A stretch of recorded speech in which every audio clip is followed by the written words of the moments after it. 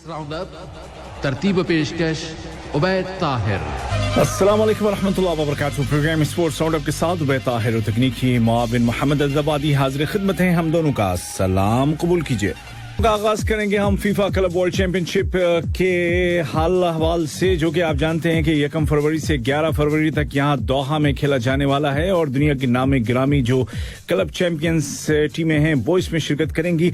और इसमें खास बात यह है कि जिन रेफरीज का इंतखाब किया गया है इन मैचों को मॉनिटर करने के लिए या सुपरवाइज करने के लिए, उसमें 5 अरब भी शामिल हैं और इनमें कतरी भी हैं। कतर के खमीस अलमर्री को फीफा ने शामिल किया है इन रेफरीज में।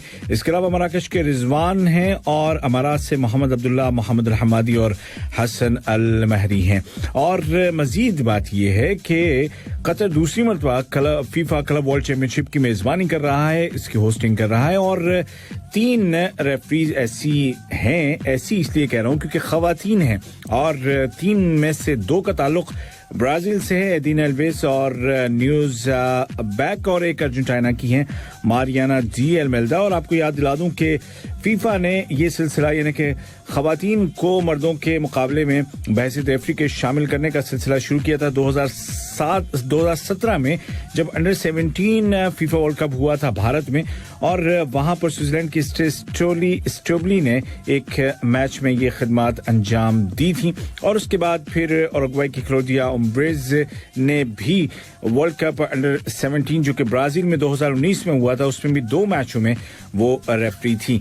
तो ये सिलसिला फीफा मजीद आगे बढ़ा रहा है। आपको याद दिलाता चलूं कि 1 फरवरी से लेकर के 11 फरवरी तक ये मुकाबले यहाँ दोहा में होंगे। 3 स्टेडियम्स हैं और इनमें ये मैचेस होंगे। इब्तिदा होगी यानी कि टूर्नामेंट का आगाज होगा अहमद बिन अली स्टेडियम से, जो कि अर्रयान स्टेडियम है, और अमीर कप के फाइनल के साथ उसका बाकायदा शानदार इफ्तिताह आप देख ही चुके हैं। और इसके अलावा फाइनल मैच होगा एजुकेशन सिटी स्टेडियम में, और कुछ दरमियान के जो मैचेस हैं वो इन 2 स्टेडियम्स के अलावा खलीफा इंटरनेशनल स्टेडियम में भी खेले जाएंगे।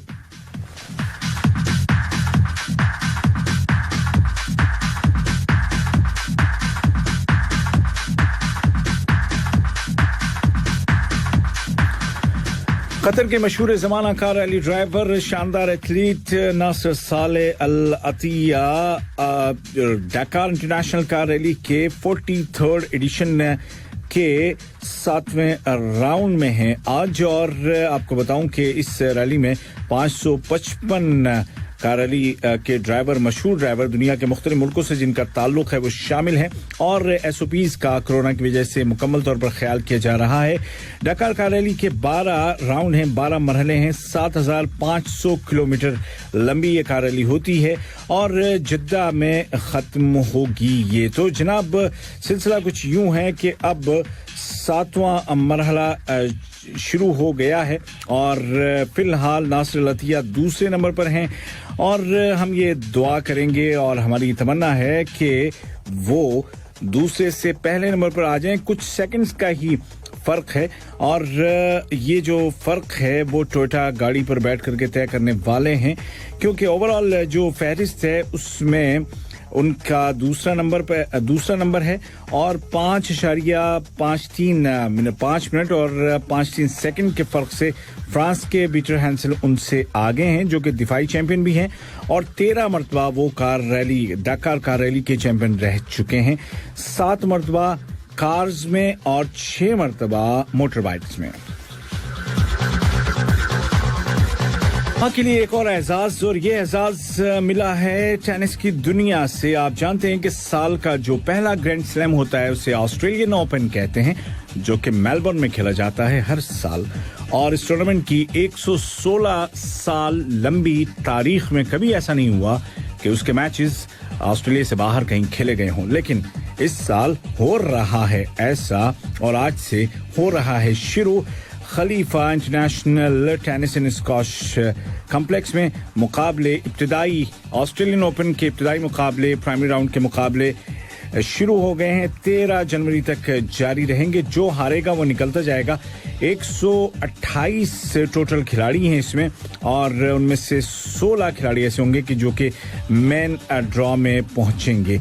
उसके बाद 8 फरवरी से लेकर के 21 फरवरी तक ऑस्ट्रेलियन ओपन के असल मुकाबले मेलबर्न में शुरू होंगे और पहले ये मुकाबले होने थे 18 से 31 जनवरी तक, लेकिन फिर कोविड-19 की वजह से क्वारंटीन की जो शर्त है खिलाड़ियों के लिए ऑस्ट्रेलिया में भी जरूरी है, तो ताकि सभी खिलाड़ी क्वारंटीन के मरहले से निकल आएं और तैयार होकर के 8 तारीख से असल मुकाबले में शामिल हो सकें। 8 से लेकर 21 फरवरी तक होंगे मुकाबले और याद दिला दूं फिर कि इस टूर्नामेंट ऑस्ट्रेलियन ओपन की 116 साल लंबी तारीख में कभी ऐसा नहीं हुआ कि ऑस्ट्रेलिया के बाहर ऑस्ट्रेलियन ओपन के मैचेस हुए हों, भले से वो इब्तिदाई राउंड्स हों, तो दोहा को ये एक नया एहसास मिल गया है।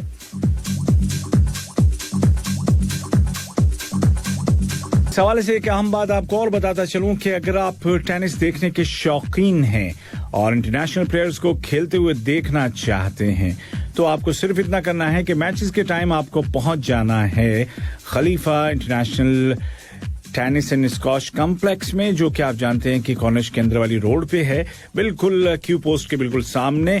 और बताने वाली बात यह है कि टिकट बिल्कुल भी नहीं है, फ्री है, आप जाकर देख सकते हैं। बस इतना जहन में रहे कि पहले जाएंगे तो ही सीट मिलेगी, क्योंकि जैसे ही 30% कैपेसिटी मुकम्मल हो जाएगी, गुंजाइश 30% खत्म हो जाएगी, तो उसके बाद किसी को अलाउ नहीं किया जाएगा। तो अगर आप टेनिस मैच देखना चाहते हैं तो टिकट का कोई मसला नहीं है, बस टाइम पे पहुंचिए, ताकि आपको पहले पहुंचेंगे तो सीट मिलेगी, बाद में पहुंचेंगे तो लौटा दिया जाएगा।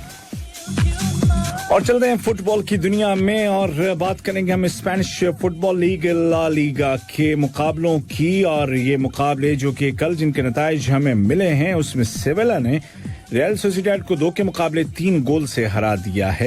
एटलेटिको मैड्रिड और एथलेटिक बिल्बाओ के दरमियान मैच नहीं हो सका। अलबत्ता बार्सिलोना ने गरनाता के खिलाफ बड़ी फतह हासिल की है, 4-0 से गरनाता को उसने शिकस्त दी है, जबकि रियल मैड्रिड और ओसासुना के दरमियान मुकाबला बराबर रहा और रियल मैड्रिड के खिलाड़ी तमाम तर कोशिश के बावजूद कोई गोल ना कर सके। ओसासुना के भी खिलाड़ी गोल ना कर सके, लेकिन मैच को बराबर करना भी उनके लिए खुशी का बाइस था। स्पेन के ही पड़ोसी मुल्क चलते हैं, यानी कि इटली, और यहाँ पर इतालवी फुटबॉल लीग में एटलांटा ने कल हराया है बेनिविंतिनो को 1 के मुकाबले 4 गोल से। जेनवा ने हराया बोलोनिया को 2-0 से और मिलान ने शिकस्त दी है टोरिनो को 2-0 से। जर्मनी से जर्मन फुटबॉल लीग बुंडेसलिगा की खबरें, और यहाँ पर कोलन को शिकस्त हुई कल फ्राइबर्ग के हाथों 5-0 से। बायर लेवरकुसेन और फ्रेडर ब्रेमेन के दरमियान मैच रहा टाई बराबर रहा 1-1 गोल से। शाल्के 4 ने होफनहाइम को हराया है 4-0 से। एंट्राख्ट फ्रैंकफर्ट ने माइंस 5 को शिकस्त दी है 2-0 से। वोल्सबर्ग ने और यूनियन बर्लिन ने खेला तो सही, गोल भी किए, लेकिन गोलों की तादाद दोनों की रही बराबर, 2-2 गोल, यानी कि मैच हुआ बिल्कुल बराबर। और आखिरी मैच कल का बोरुसिया डॉर्टमुंड, जिसने कि हराया है लाइप्जिग को 1 के मुकाबले 3 गोल से। फुटबॉल लीग, और यहाँ पर मैचेस जो हुए कल, उनमें लोरिया को शिकस्त हुई बोर्डो के हाथों 1 के मुकाबले 2 गोल से।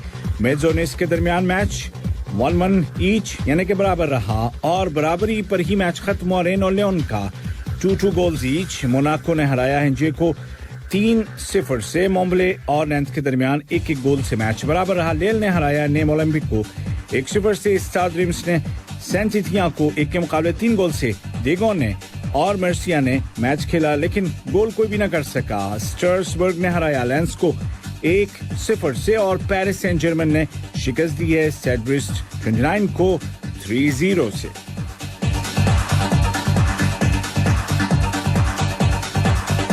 दुनिया में जाने से पहले फुटबॉल के हवाले से मजीद यहाँ कतर से खबर कि अंडर 23 कतर गाज लीग में कतर स्पोर्ट्स क्लब ने खरीदियात को 4-0 से, सलाल ने अलखोर को 2-0 से और अल अरबी ने अल अहली को 1-0 से हरा दिया है। जबकि बास्केटबॉल कतर का जो सीजन इस वक्त जारी है उसमें अल अरबी और अल अहली के दरमियान मुकाबला आज हो रहा है। इसी तरह से अगर बात की जाए वॉलीबॉल की तो यहाँ जो कतर की लीग चल रही है वॉलीबॉल की उसमें अल खौर ने अल वकरा को 2 के मुकाबले 3 सेट से हरा दिया है, जबकि अर रैयान और अशुर्ता के दरमियान इस वक्त मैच जारी है और दोनों ने ही 1-1 सेट जीता है, यानी कि तीसरे और फाइनल सेट का मुकाबला इस वक्त हो रहा है। बात करेंगे हम क्रिकेट की और क्रिकेट की दुनिया में पहले जिक्र करते हैं ऑस्ट्रेलिया और भारत की क्रिकेट टीमों के दरमियान खेले जाने वाले तीसरे टेस्ट मैच का, जो कि सिडनी में हो रहा है और चौथी इनिंग्स जारी है।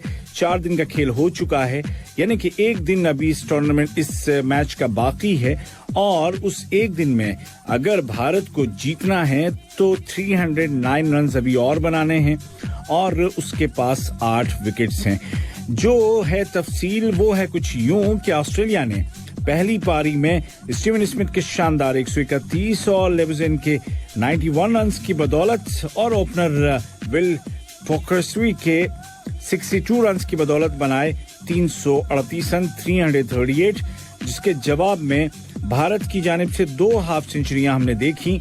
शुभम गिल ने 50 रन बनाए, चेतेश्वर पुजारा ने 50 रन बनाए, लेकिन इनके अलावा दीगर खिलाड़ियों में कोई बड़ा स्कोर न कर सका और पूरी टीम 244 रन पर हो गई आउट और इस तरह से पहली पारी में ऑस्ट्रेलिया को मिल गई सबकत, जिसको उसने और बढ़ाया और दूसरी पारी में भी एक बार फिर से लेविसन ने और स्टीवन स्मिथ ने शानदार बल्लेबाजी का मुजाहिरा किया। लेविसन ने बनाए 73, स्टीवन स्मिथ 81 पर हुए आउट और इस तरह से ये 10वां मौका था कि किसी एक टेस्ट मैच की पारी में स्टीवन स्मिथ ने सेंचुरी और हाफ सेंचुरी स्कोर की और यूं अब ये रिकॉर्ड उनके नाम हो चुका है, क्योंकि जनूबी अफ्रीका के जाक कैलिस के नाम ये रिकॉर्ड था। 9 बार उन्होंने ये कारनामा अंजाम दिया था कि एक ही मैच में एक इनिंग्स में उन्होंने सेंचुरी और दूसरी में उन्होंने 50 प्लस स्कोर किया था। अब ये रिकॉर्ड हो चुका है स्टीवन स्मिथ के नाम, जो कि बिलाशुबा एक शानदार बल्लेबाज हैं। तो इन 2 बड़ी पारियों और उसके बाद आखिर में कैमरन ग्रीन के 84 रन की बदौलत 312 रन बनाए। दूसरी पारी में ऑस्ट्रेलिया ने 6 विकेटों पर इनिंग्स को डिक्लेयर किया और फतह के लिए हदफ दिया। चौथे दिन के आखिर में भारतीय टीम को 407 रनों का भारत की जानिब से रोहित शर्मा और शुभम गिल ने अच्छा आगाज किया और पहले विकेट के लिए 71 रनों की पार्टनरशिप हुई। इस मौके पर गिल आउट हो गए 31 रन स्कोर करके और कुछ ही देर के बाद जब 92 स्कोर था टोटल, रोहित शर्मा 52 रन बनाकर आउट हो गए। जब खेल खत्म हुआ तो कप्तान अजिंक्य रहाणे ने 4 रन बनाकर और चेतेश्वर पुजारा 9 रन बनाकर क्रीज पर मौजूद थे। इस तरह भारत को ये मैच जीतने के लिए कल का पूरा दिन है, 309 रन बनाने हैं और 8 विकेट उसके पास हैं, लेकिन हम सब जानते हैं कि टेस्ट की चौथी इनिंग्स के आखिरी दिन 300 से ज्यादा का टारगेट अचीव करना ये मुश्किल तो नहीं है, नामुमकिन तो नहीं है, लेकिन मुश्किल जरूर है।